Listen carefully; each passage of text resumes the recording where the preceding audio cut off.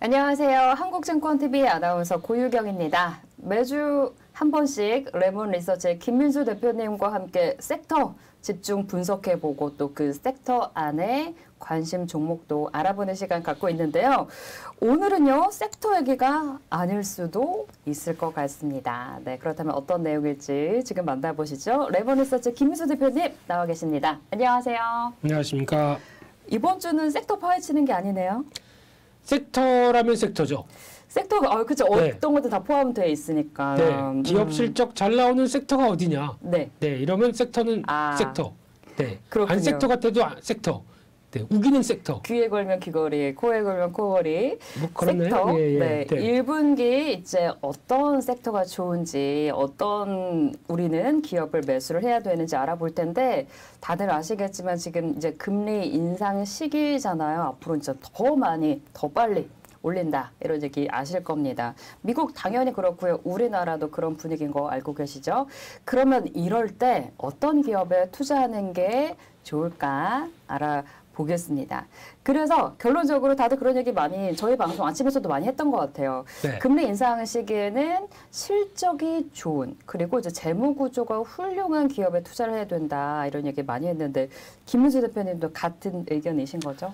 그렇습니다. 일단 금리 인상기에는 이제 볼 게 뭐가 있겠습니까? 특히 이제 실적. 그렇죠. 유동성은 계속 흡수가 되고 거기다가 자꾸 기존에 저희가 바라봤던 이제 저금리 기조에서는 기업들이 보통 보게 되면 저금리를 충분히 향유하면서 내가 성장에 대해서 계속 갈 수 있겠다. 그래서 약간 스토리가 있는 종목들이죠. 네. 그래서 올해보다는 이런 신산업들이 펼칠 거고 그러면 지금 당장 실적이 안 나와도 좋아질 거다. 그렇죠. 그런 저금리를 충분히 향유하면서 성장을 해갈 것이다. 라고 하는 스토리가 우위였다고 하게 되면 이제 금리 인상기는 정반대의 흐름이 나오기 시작합니다. 성장주보다는 가치주. 그렇죠. 왜냐하면 지금 이렇게 계속 자금들은 빠져나가고 좀 돈은 어느 정도 좀 그동안에 풍족하게 누렸던 유동성이 사라지는데 네. 그럼 여기서 바라볼 거는 기업들의 본연의 모습으로만 돌아가야 된다. 그러니까 즉 실적 확인되고 생각보다 시장에서 실적 대비 좀 저평가를 보여주고 있고 자산도 어느 정도 좀 돼 있고 네. 좀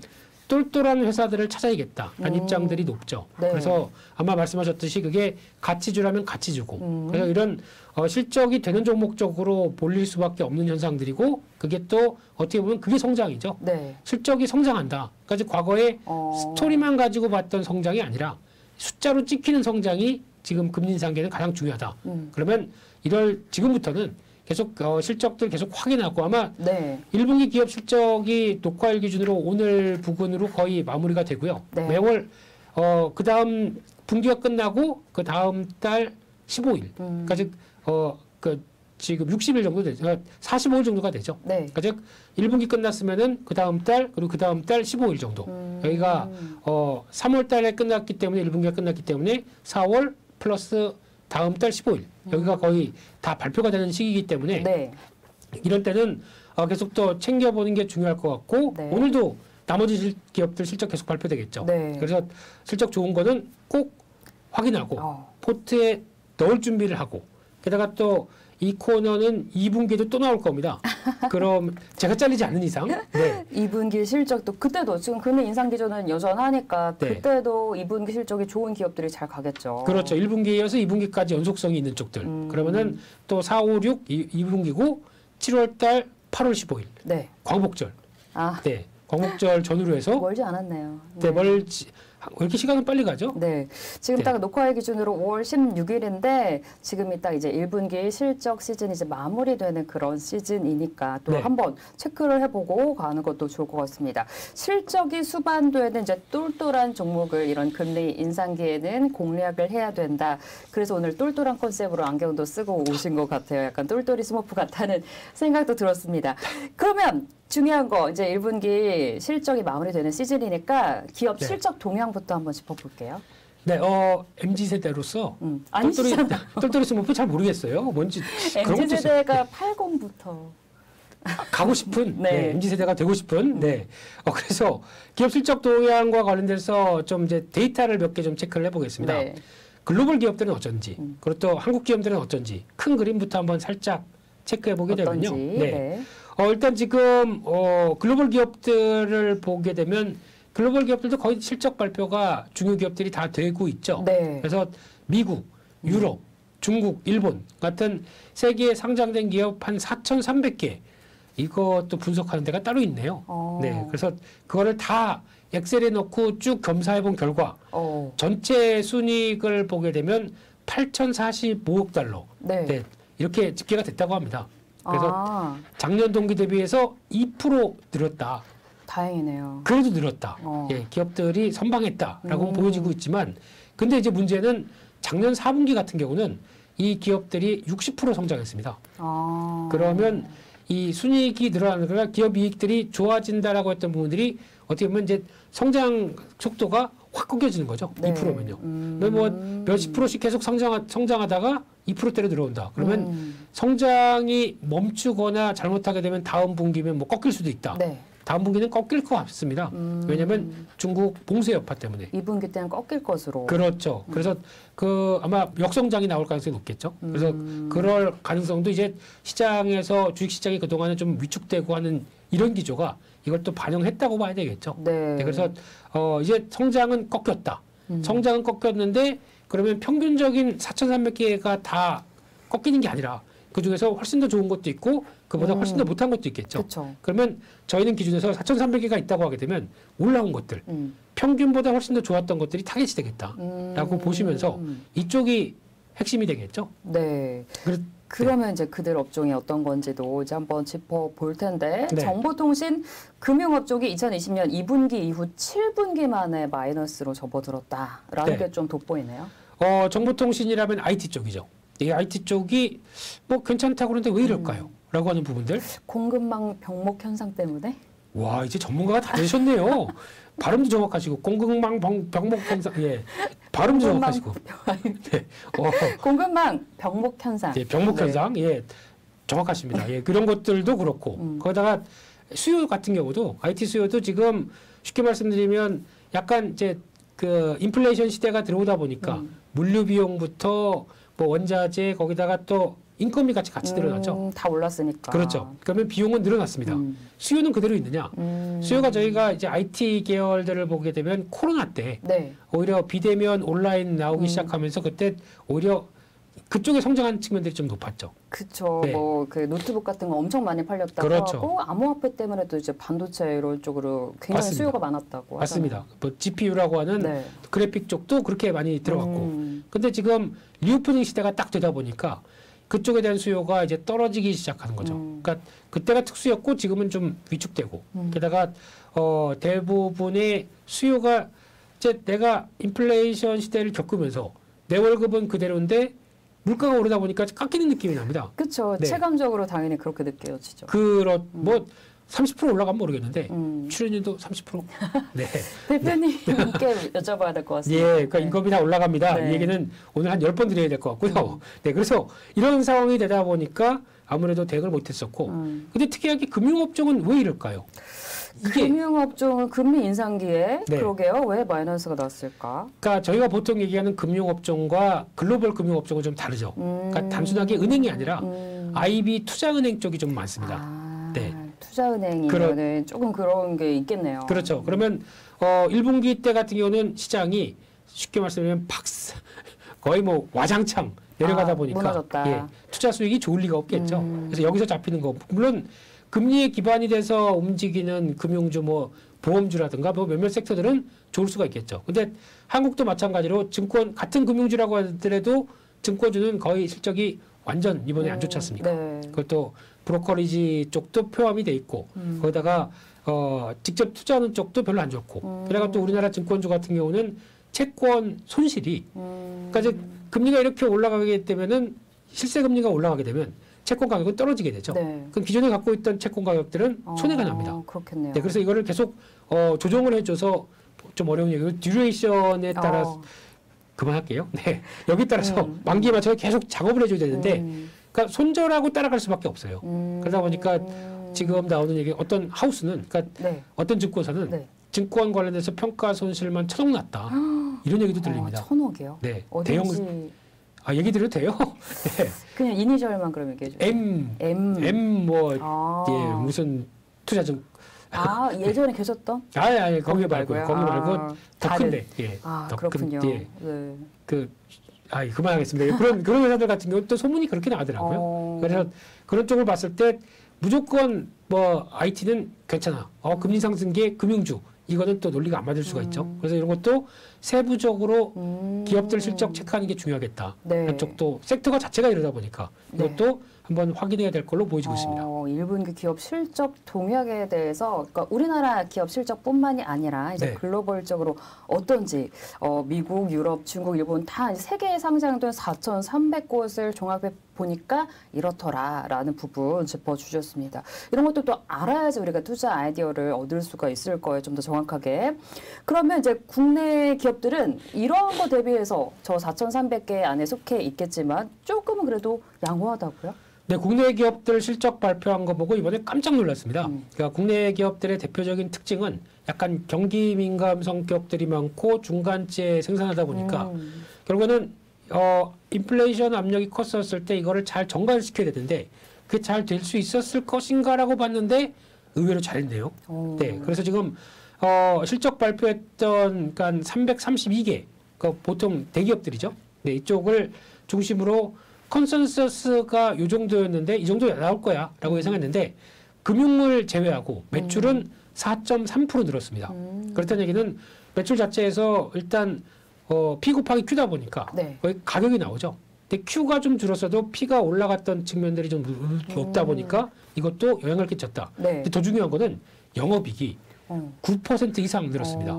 장사를 잘했다. 장사 잘한 거죠. 그러면 여기서 이제 느낄 수 있는 거는 여러 가지 다 늘었을 텐데 인건비까지 늘었을 텐데 그럼에도 불구하고 이 정도까지 움직였다는 얘기는 얼만큼 쥐어짜 그러니까 많이 그 마른 오징어 잘 짜듯이 그렇겠죠. 네. 그리고 또 수출이 잘 되다 보니까 이런 때는 해답은 수출밖에 없어. 그래서 수출 쪽으로 엄청 많이 밀었겠죠. 그래서 그런 부분들이 다 작용을 하면서 힘들 때 같이 힘든 게 아니라 힘들 때는 더 악착같이 하는 우리 대한민국 국민들의 특성이 여기서 저 어디 뭐 선거 나가나요? 네. 이렇게 반영이 됐다라고 봐야 될 것 같고요. 네. 그런 쪽에서 그래도 안 좋은 섹터가 있었죠. 네. 대표적으로 커뮤니케이션. 네, 이쪽 같은 경우 7%. 그러니까 이쪽이 쉽게 말씀드리면 성장주 개념들이겠죠. 네. 커뮤니케이션 플랫폼 이런 쪽이다 보니까. 그 SNS 그렇죠. 플랫폼 그렇습니다. 인터넷주. 네. 네. 이런 쪽에 해당되어 있다 보니까 이쪽이 좀 부진했고 산업재 같은 경우는 당연히 5.9%대. 왜냐하면 커버가 안 되는 거죠. 원자재 오르는 거에 대해서. 그렇죠. 예, 그거를 안고 넘겨야 되는데 이게 만약에 소비자 쪽으로 그대로 넘긴다라고 되면 소비자 저항이 나올 수밖에 없죠. 그러면 수요가 줄어버리게 되죠. 안 사 이렇게. 그렇죠. 이렇게 비싸 안 사고 버텨. 네. 뭐 샴푸가 이렇게 올랐어? 머리 비누로 감아. 네. 올인원이죠. 샤워까지 쫙. 네. 이렇게 너무 좋아하시는데요. 네. 상상이 되거든요. 네. 비누로 머리 감으면은 좀 뻣뻣하죠. 예, 그냥 네. 자연스럽게 그냥 이 가면이 되더라고요. 네. 그래서 이런 쪽으로 봤었을 때 아무래도 실적 대비해서는 좀 전업종이 상대적으로 난데 이 두 네. 가지 섹터만 빼고는 다 좋았다라고 하게 되면 다행이네요. 예, 나머지 그래도 많이 선방했다라고 봐야 되겠죠. 그래서 준비해 주신 그림 있죠. 네, 요거를 섹터별로 본다라고 하게 네. 되면 지금 컨센서스 대비해서 상회 보합 하회니까 가장 좋은 거는 요 파란색 진한 파란색으로 많이 나오는 게 좋겠죠. 그래서 그런 쪽이 많이 나온다라고 하게 되면 대표적으로 에너지, 유틸리티 너무 좋았네요. 그렇죠. 이쪽은 쉽게 말씀드리면 정유 쪽 있었죠. 네, 그리고 그밖에 가스 쪽 있다 보니까 가격이 오르는데 당연히 좋겠죠. 네, 그런 쪽으로 나가고 있고 그밖에 필수 소비재 이건 그럴 수밖에 없는 게 네. 우리가 가격이 올랐다고 하더라도 안 어쩔 쓸 수 수 없이 없는 거. 그렇죠. 계속 써야 되는 거. 아까 샴푸도 네, 이제 필수 소비재죠. 그럼요. 네, 그런 쪽으로 나오다 보니까 영향을 끼쳤고 의외로 건강관리 쪽이 상대적으로 그렇게 떨어지지 않는 것 같습니다. 그래서 이쪽이 그나마 선방했다라고 보여지고 있고 또 소재나 금융 같은 경우도 보게 되면 약간 50%대 정도를 넘어가니까 부합 정도까지도 같이 체크해 줘야 되겠죠. 네. 눈높이 맞았다라고 하게 되면 50%대 넘어가는 비율로 봤었을 때는 소재 같은 경우 금융까지 같이 영향을 끼치는데 상대적으로 지금 하회 쪽이 좀 더 많았던 거는 앞서 보던 것처럼 커뮤니케이션. 예, 서비스 쪽 또 IT 쪽도 부진하고 네. 게다가 경기 관련된 소비재, 그러니까 지금 약간 경기를 타는 소비재 쪽이다 보니까 뭐 자동차도 마찬가지겠고 네. 그런 쪽에 대한 부담감도 있었고 나머지 이쪽은 좀 부진했다 이렇게 보여지고 있고요. 네. 그러면 지금 기준으로 봤을 때 지금 이렇게 1분기 실적 기반으로 해서 지금 어느 정도의 위치에 와 있느냐라는 쪽으로 한번 비교를 해보게 되면요.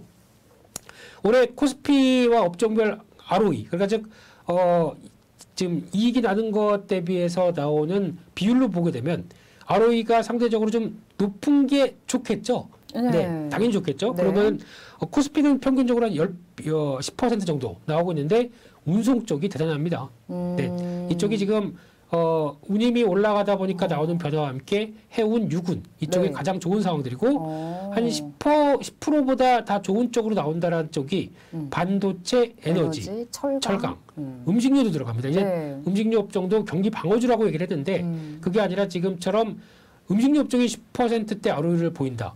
상당히 높은 거죠. 그만큼 가격 정가 능력도 보이고 수요도 그대로 유지가 되다 보니까 실적이 좋아지는 구조. 네. 그래서 이 정도까지 보셨으면 좋겠고 나머지는 뭐 은행이나 통신 서비스 쪽도 보시긴 하시되 한 10%대 요 안쪽에 대한 종목들에 대한 변화 계속 체크하는 게 맞겠다라고 봐야 될 것 같고요. 네. 또 하나 5월달 들어서 증시 EPS 그러니까 즉 주당 순이익 그러니까 이익이 올해 5월달에 괜찮을 것이다. 그러니까 12개월 선행이죠. 그러니까 지금 5월달부터 나머지 기간 동안에 실적은 올라올 것이다 라고 바라보는 나라가 몇 개 없습니다. 네. 그 중에 하나가 한국이 제일 떡하니. 그러네요. 네. 올해 나머지 실적을 봤었을 때 그래도 주당 순이익은 1%는 오를 것이다 라고 바라보고 있고 일본이나 미국 정도가 나오고 있는데 홍콩, 중국 안 좋죠. 네, 유럽은 게다가 더 안 좋고. 유럽은 그럴 수밖에 없죠. 네. 앞마당에 전쟁 나 있는데 네. 거기다가 또 천연가스 가격들이 그렇게 오르다 보니까 제조업체들이 전기료가 올라가는 거 여러 가지 비용들을 커버를 못하는 거죠. 네. 이런 쪽에서 그러다 보니까 유로화가 약세고 그러면 달러화만 강세가 갈 수밖에 없는 구조가 나오죠. 네. 그런 쪽에서 한국은 의외로 괜찮다. 국뽕이 차오르는 네. 네.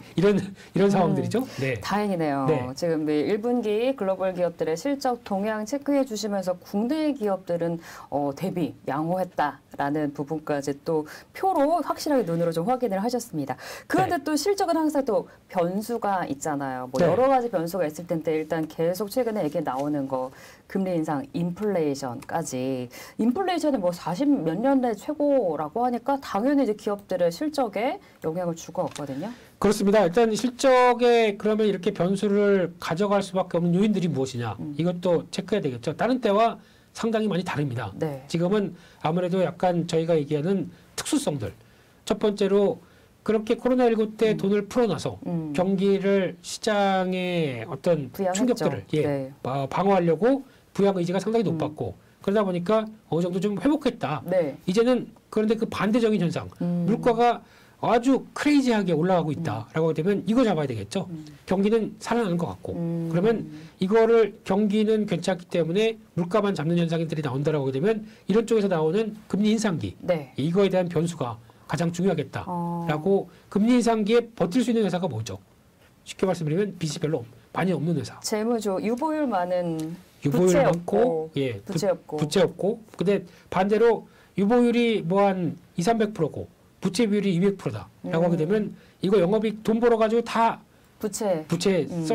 그 이자로 다 내야 됩니다. 네. 그러다 보면 실적이 별로 안 좋겠죠. 그렇죠. 그러니까 이런 회사들 별로 안 좋습니다.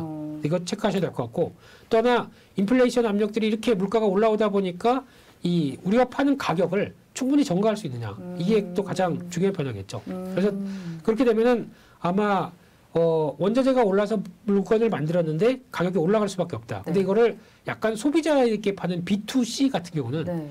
소비자들은 민감하죠. 그렇죠. 네, 그러면 이렇게 올랐어?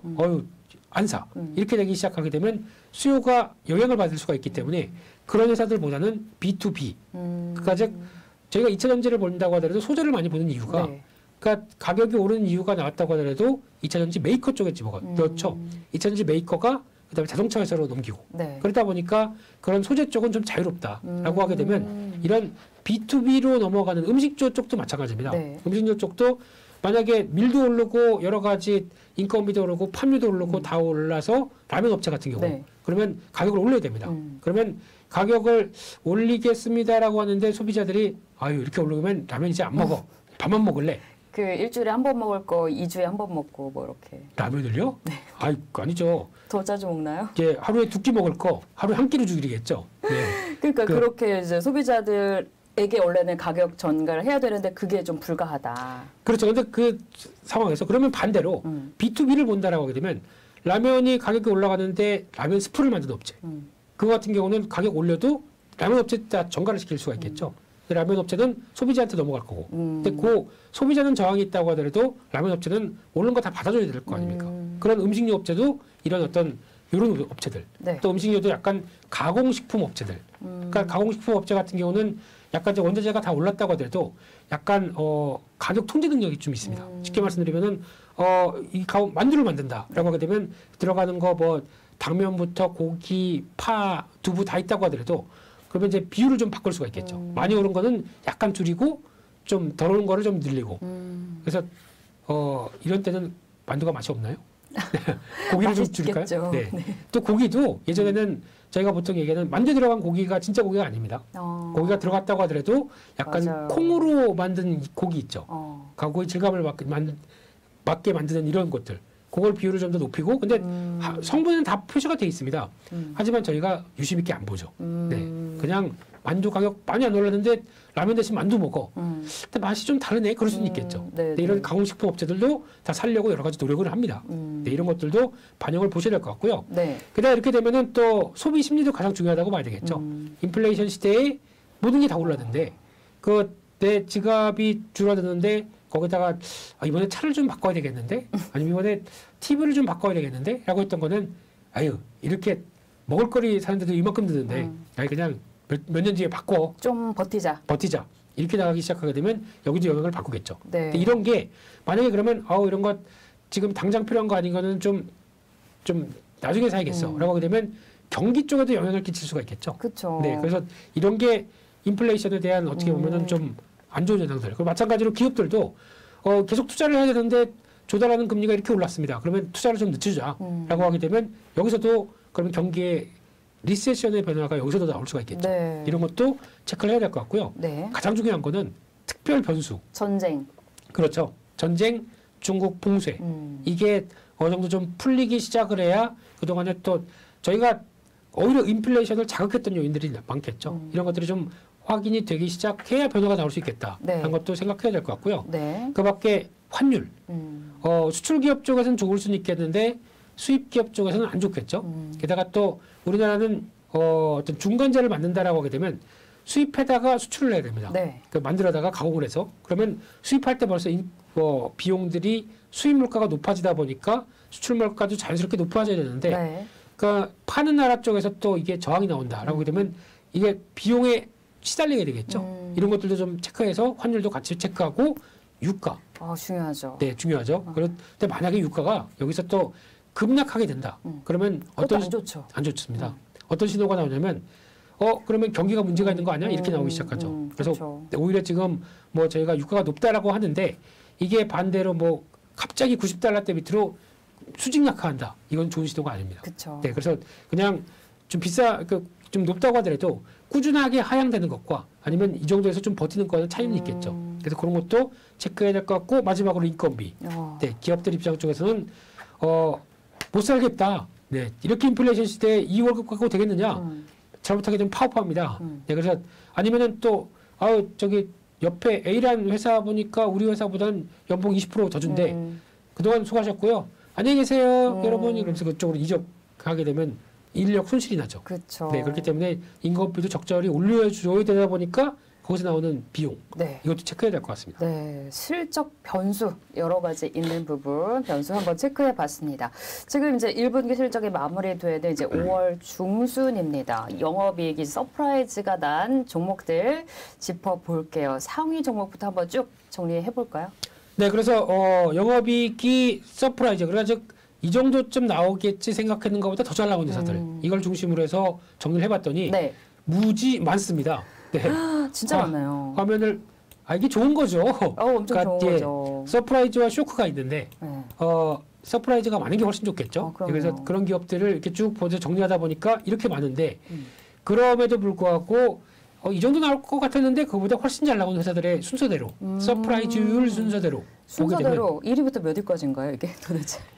쭉 있다 보니까 그냥 있는 대로 다 집어넣어서 나온 거예요. 네, 그래서 발표하는 대로 잘 나왔네 하다 보니까 나온 것들. 성광밴드가 이렇게 좋았어요? 영업이익 1등이에요. 1등입니다. 그러니까 서프라이즈 205%. 네, 그러니까 10억 나올 그러니까 이걸 잘 보셔야 돼요. 그러니까 금액 주고 이 중요한 게 아니라 예상했던 것보다 잘 나왔던 거. 10억 나올 줄 알았는데 31억 나왔다. 네, 그러면은 뭐 몇십억 가지고 뭘 그러냐라고 생각할지 몰라도 이런 회사 이 정도 보고 만약에 2분기부터 잘 나올 것이다라고 생각했는데 1분기 때 미리 잘 나왔습니다. 2분기 때 더 잘 나올 것이라는 기대감이 높겠죠. 네. 그러다 보니까 거기 나오는 부분들 이거 체크하셔야 될 것 같고 근데 대부분 일단 업종을 보시게 되면 대표적으로 SK 가스라든가 또 휴캠스 이런 거는 비료 쪽으로 들어가다 보니까 실적이 훨씬 잘 나온 거죠. 네. 150억 나올 줄 알았는데 350억 이런 거는 서프라이즈한 숫자죠. 네, 이런 거 나오고 또 농업 관련된 쪽의 기계, 농기계 쪽의 TYM. 네. 약간 인플레이션의 수혜를 받는 종목들이 좀 많이 나오기 시작합니다. 네. 네, 그리고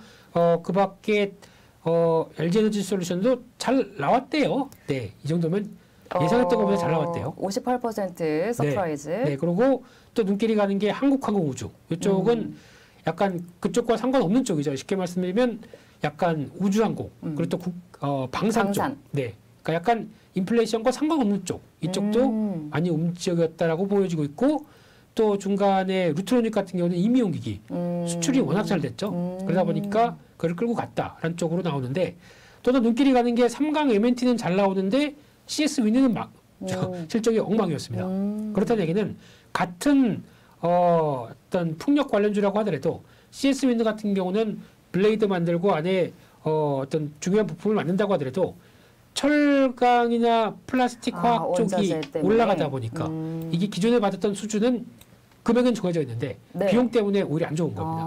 근데 삼강 M&T는 반대로 철강 쪽이다 보니까 구조물이다 보면 철강 쪽이거든요. 그러면 이거는 가격을 그대로 반영해서 납품할 수 있었다라는 쪽이고 또 하나의 실적의 변화는 삼강 M&T가 조선 기자재 쪽과 연결돼 있죠. 조선주의 변화도 같이 이어졌다라고 볼 수 있는 상황들이고요. 또 이렇게 쭉 이어가다 보면 신세계 인터내셔널, 포스코 인터내셔널 이게 쉽게 말씀드리면 상사 쪽이죠. 네. 상사 쪽은 강점, 삼성물산도 이거는 건설 쪽이 조금 더 높고요. 근데 이 상사 쪽의 강점은 그거죠. 쉽게 말씀드리면 무역을 하는 과정 쪽에서 원자재를 딜링을 하는데 높은 것만큼 수수료를 올려받을 수 있겠죠. 그러니까 여기서 사서 여기서 판다라고 하게 되면 그래서 이 높이 올려받은 수수료가 상사 쪽의 또 하나의 강점이었다라고 하게 되면 이런 것도 있고 또 하나 포스코 인터는 강점이 미얀마 가스전이죠. 네. 가스가 그렇게 올랐는데 그러면 또 영향을 끼치는 거죠. 네, 그런 쪽도 보고 있고 또 하나 음식료 업체 쪽에서 변화가 들어오는 것 중에 하나가 이 롯데칠성 같은 경우. 네, 이게 리오프닝 효과와 함께 이제 드디어 드디어 우리도 소주 맥주 그렇죠. 이제 먹는다라는 쪽에서 거기서 이제 1분기가 완전하게 두드러진 건 아닌데 거기서도 이제 성과가 나오면서 2분기도 더 기대가 되겠죠. 이런 것들도 체크해 보셨으면 좋겠고요. 네. 그밖에 철강주들 실적 변화 나오기 시작하고 있고 그밖에 한진 같은 경우도 운송 쪽이죠. 그러다 보니까 실적 잘 나왔다라고 보여지고 있고 그밖에 또 종목들 보게 되면 눈길이 가는 게 한국 타이어테크 이것도 쉽게 말씀드리면 자동차 타이어인데 타이어도 고무 가격 오르다 보니까 가격 압박은 있다고 하더라도 고스란히 넘겨버렸죠. 그래서 한국 타이어테크도 실적 괜찮다. 한쪽의 변화 앞서 말씀드렸듯이 또 상사 쪽 나오고 있고요. 그밖에 SJ그룹 같은 이런 의류 쪽도 쉽게 말씀드리면 이쪽도 리오프닝이 되다 보니까 갑자기 이제 옷이 필요해 이런 쪽이 나오다 보니까 거기서 나오는 매출의 변화.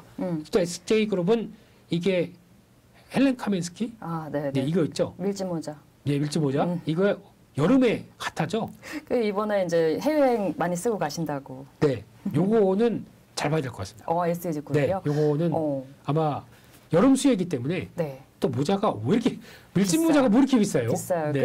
그래서 그 비슷한 제품들 SJ 거 아닌 것도 네. 많이 헬렌 카민스키 아닌 것도 많이 쓰고 다니시고 하시더라고요. 아, 네. 그렇군요. 네. SJ 그룹이 이제 또 여름 수혜도 있다. 얘기를 지금 눈여겨보자 얘기 주셨고 네. 그 위에 한섬도 있네요. 한섬도 있죠. 한섬도 있는데 한섬보다는 요게 단기적인 수혜가 더 높지 SJ 않을까. 그룹. 예, 그렇게 보여지고 있고 그밖에 화학업체 쪽에서 송원산업, 롯데정밀화학, 그러니까 즉 특별한 같이 유가가 올랐다고 하더라도 기반에 뭐 나프타가 오르다 보니까 거기서 이어가는 원가가 오르는 구조 말고 오히려 특수한 쪽에서 성과를 내는 업체들 같은 경우는 실적이 좋았다. 네. 보여지고 있고요.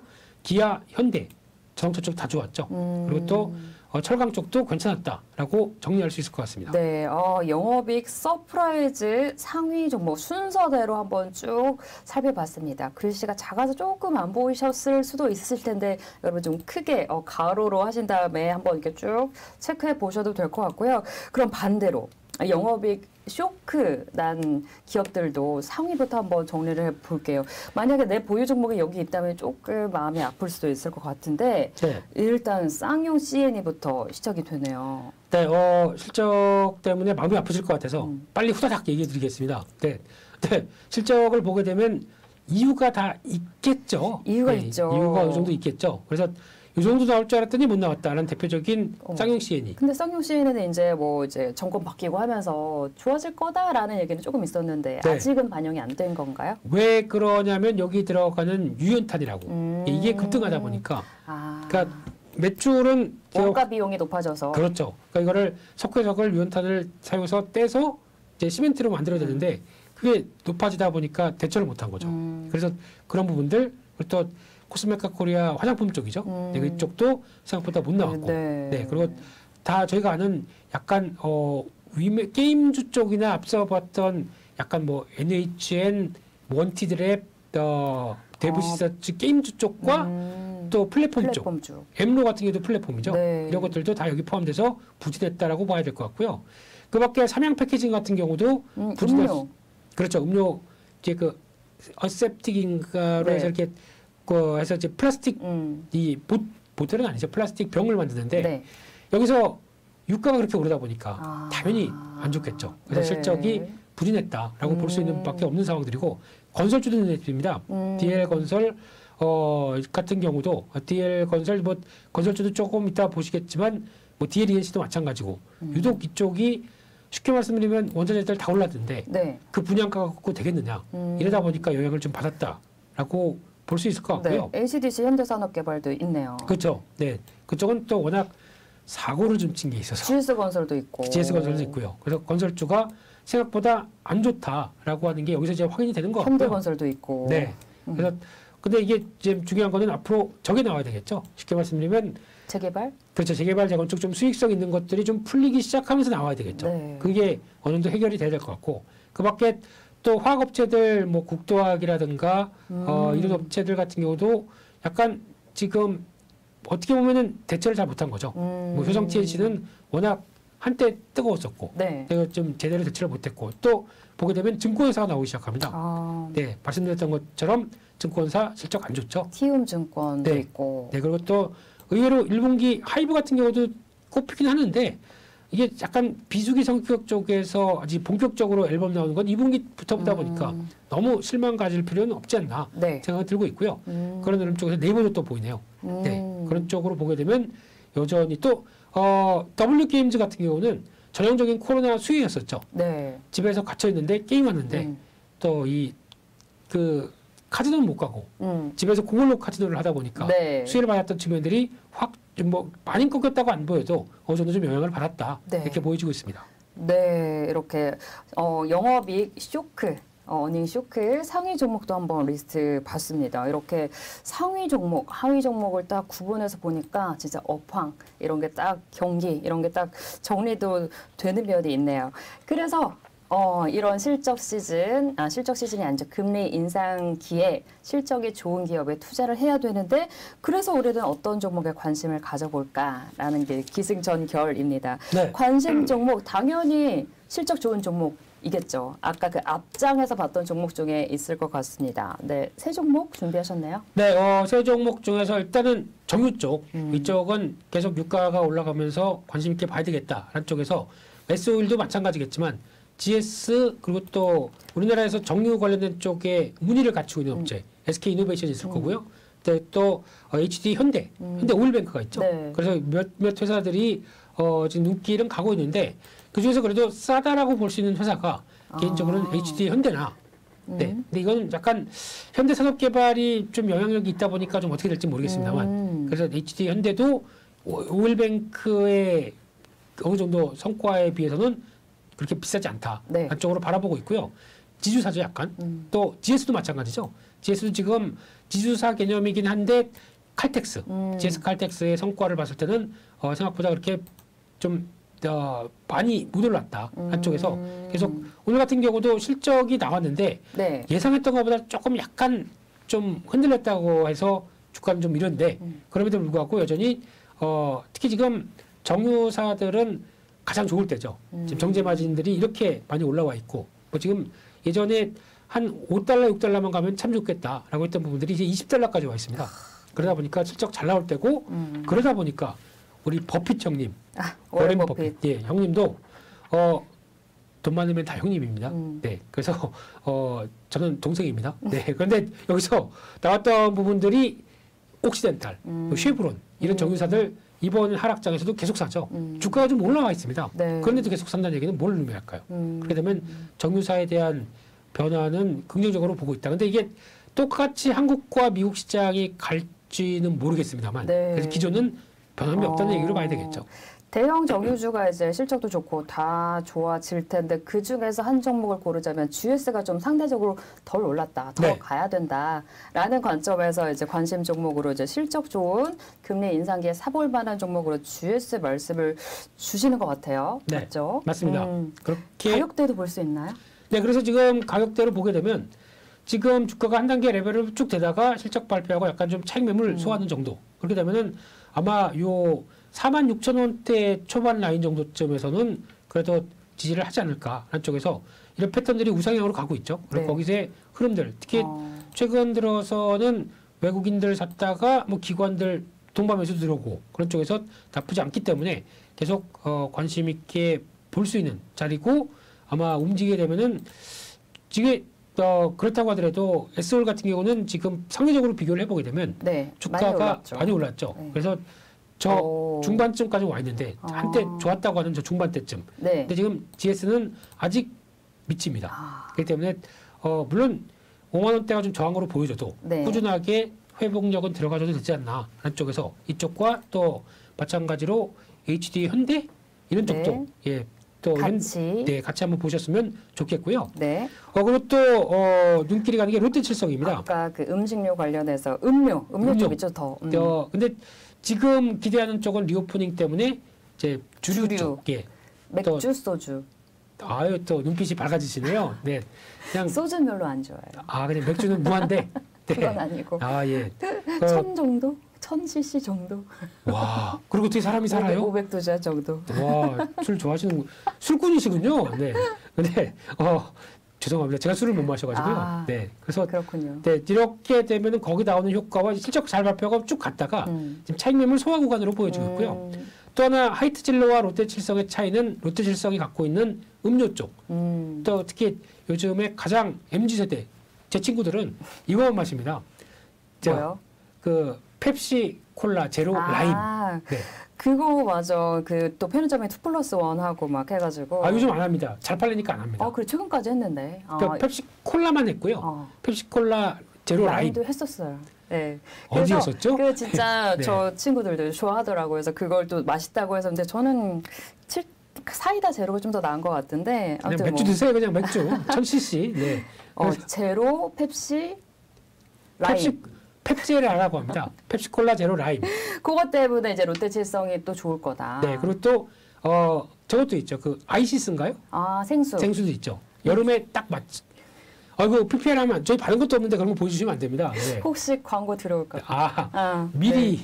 네. 네. 그런 것도 있다 보면 여름에 좀 특화됐겠죠. 그래서 음료와 리오프닝을 같이 어우를 수 있겠다라고 하게 되면 지금 같은 눌림목대도 관심 가질 필요가 있지 않나 생각이 들고 있고요. 네. 그 밖에 또 관심 있는 쪽에서 심택의 주가도 눈여겨보셔야 될 것 같은데 이게 지금 한번 이제 기판 관련된 쪽에서 FC BGA 관련된 기판주, 또 대적전자, 코리아 서키트, 심텍 이렇게 세 종목이 많이 거론된 가운데 네. 그중에서 이쪽에 약간 반도체 DDR5로 넘어가면서 가장 큰 수혜를 받을 게 어디냐라고 하게 되면 심텍이 조금 더 우위할 수 있겠다라는 쪽인데 실적 잘 발표하고 그동안에 좀 많이 달리다 보니까 약간 지쳐서 이런 자리 정도 들어왔다라고 하게 되면 지금 자리요?